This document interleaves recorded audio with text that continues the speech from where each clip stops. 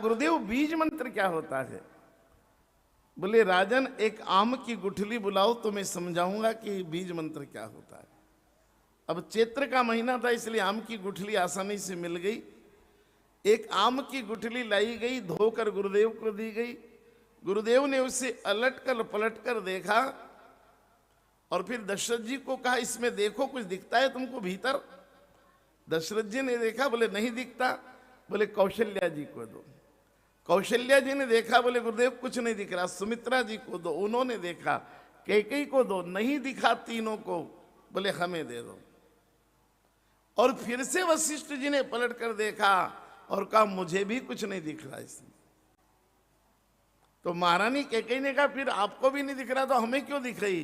बोले महारानी, आप चारों को और मुझे पांचों को नहीं दिखा इसमें कुछ, लेकिन इस गुठली को अगर मैं धरती को सौंप दूं तो धरती इसमें से बहुत कुछ देख लेती है, और देख ही नहीं लेती प्रकट भी कर देती है।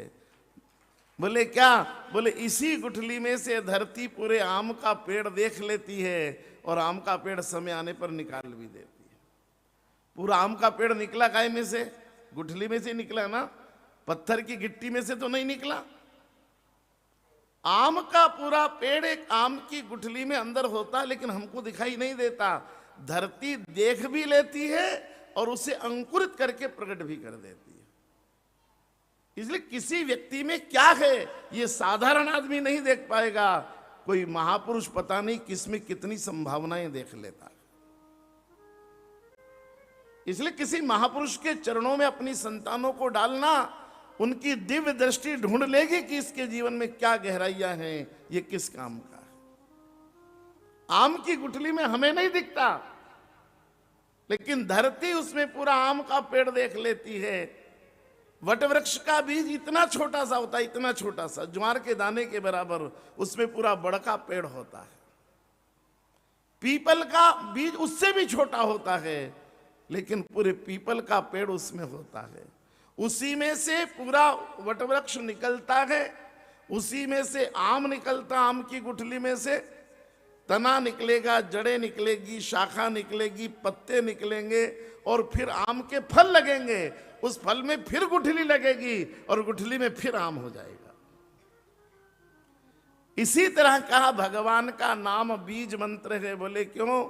बोले सारे वेद शास्त्र पुराण भगवान के नाम में से ही निकले हैं, और एक दिन सारे शास्त्र फिर भगवान के नाम में ही समा जाएंगे।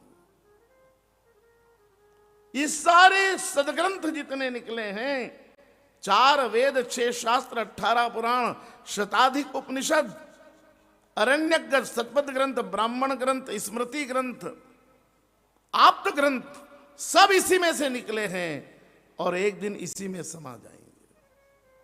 इसलिए किसी को वेद की शताधिक ऋचाएं याद है, मैं प्रणाम करता हूं।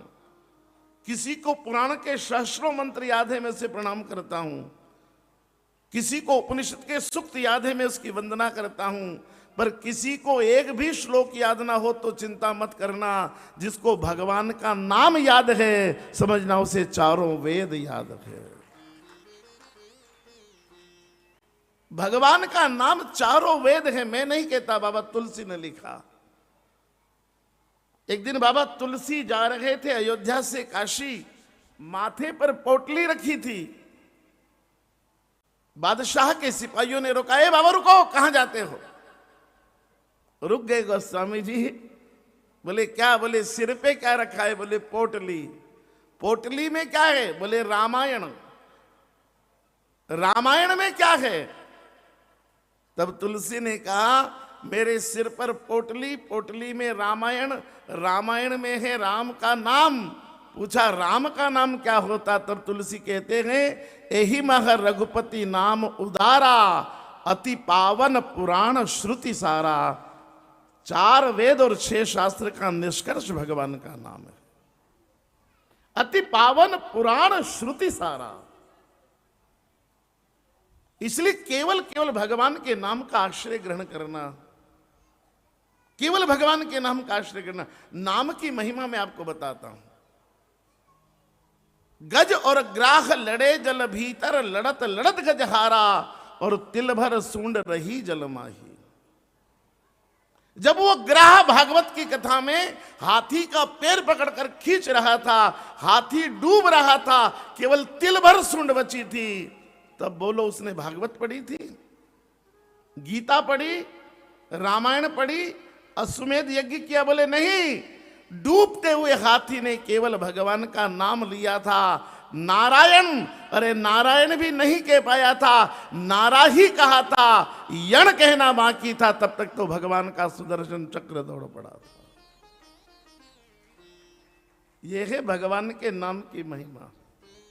10,000 हाथियों के बल वाला दुशासन जब द्रौपदी की साड़ी खींच रहा था, अपने दोनों हाथ अपने वक्षस्थल पर लगाकर रोती हुई द्रौपदी ने बोलो किसको पुकारा था?